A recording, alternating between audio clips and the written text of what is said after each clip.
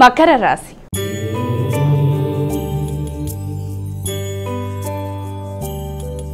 అమ్మ, మరి తదుపరి రాశి అయినటువంటి మకర రాశి వారికి ఈరోజు ఎలా ఉంది? మకర రాశి వాళ్ళకి కుటుంబ వాతావరణం చాలా వరకు అనుకూలంగా ఉంటుంది. గృహ సౌఖ్యం పెంపొందించుకుంటారు. భాగస్వామితో కలిపి నిర్ణయాలు తీసుకుంటారు. విద్యా సంబంధమైన విషయాలకు అనుకూలంగా ఉంటాయి.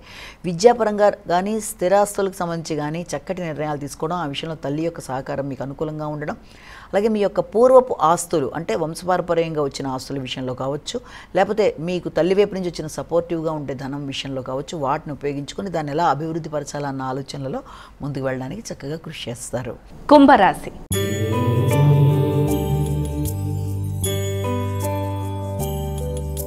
అమ్మ, మరి కుంభరాశి వారికి ఈరోజు రాశి ఫలాలు ఎలా ఉన్నాయి? కుంభరాశి వాళ్ళకి ముఖ్యంగా మీ ఎఫర్ట్స్ అన్నీ కూడా చాలా విలువైనవిగా ఉంటాయి. పడిన కష్టానికి తగిన ప్రతిఫలం అనేది లభిస్తుంది. వృత్తిపరమైన అభివృద్ధి కొరకు చేసే ప్రయత్నాలు చాలా అధికంగా ఉంటాయి. అలాగే వృత్తిలో ఇతరుల సహకారం అనేది మీకు లభ్యమవుతుంది. అలాగే మీ కమ్యూనికేషన్ స్కిల్స్ని పెంచుకుంటూ ముందుకు పెడతారు. మీ ఆలోచనలు మీకు అన్ని విధాలా అనుకూలంగా ఉండే అవకాశం లాంటిది కనబడుతుంది. ఇతరులతో మాట్లాడేటప్పుడు కానీ, నిర్ణయాలు తీసుకునేటప్పుడు కానీ, నిర్ణయ సామర్థ్యాన్ని పెంపొందించుకునేటప్పుడు కానీ మీ చక్కటి ఆలోచనలు వృత్తిపరమైన విషయాల్లో మీకు తోడ్పడుతూ కొలీగ్స్తో కూడా మంచి అనుకూలమైన వాతావరణం అనేది లభ్యమవుతూ ముందుకు వెళ్ళడానికి అనుకూలమైన సమయంగా మనం చెప్పచ్చు. మీనరాశి.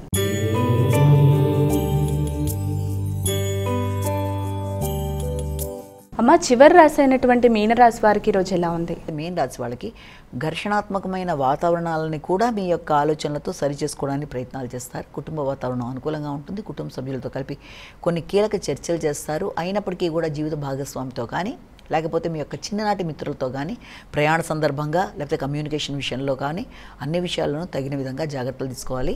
అలాగే ఏదైనా కమ్యూనికేషన్ విషయంలో ముఖ్యంగా విద్యార్థులు విద్యాపరమైన విషయాల్లో కమ్యూనికేట్ చేసే రైటింగ్ స్కిల్స్ని పెంపొందించుకోవడానికి, ఆలోచన సరళిని సరిగ్గా చేసుకోవడానికి, చదివింది గుర్తుపెట్టుకోవడానికి వీళ్ళిద్దరికీ హైగ్రీవైన మన శ్లోకాన్ని చేసుకుంటూ ముందుకు వెళ్ళాలి. డిస్ట్రాక్షన్స్ అనేవి పనికిరావు. విద్యా సంబంధమైన విషయాల మీద అధిక శ్రద్ధతో ముందుకు వెళ్ళడానికి ప్రయత్నం చేయాలి. అలాగే వ్యాపారపరమైన విషయాల్లో కూడా తగిన శ్రద్ధతో ముందుకు వెళ్ళవలసిన ప్రయత్నాలు అయితే ఖచ్చితంగా చేయాలి. అంటే వ్యాపారపరంగా ఆర్థిక సంబంధమైన విషయాలు లాభదాయకంగా ఉన్నా తగిన జాగ్రత్తలతో ముందుకు వెళ్ళడం బట్టి ఎంతవరకు ఇంకా ఎక్స్టెన్షన్ కోసం పెట్టుబడి పెట్టాలి అన్న విషయాల మీద ఆలోచనలలో ఆత్మీయుల సంప్రదింపులతో ముందుకు వెళ్ళడానికి ప్రయత్నాలు చేయాలి.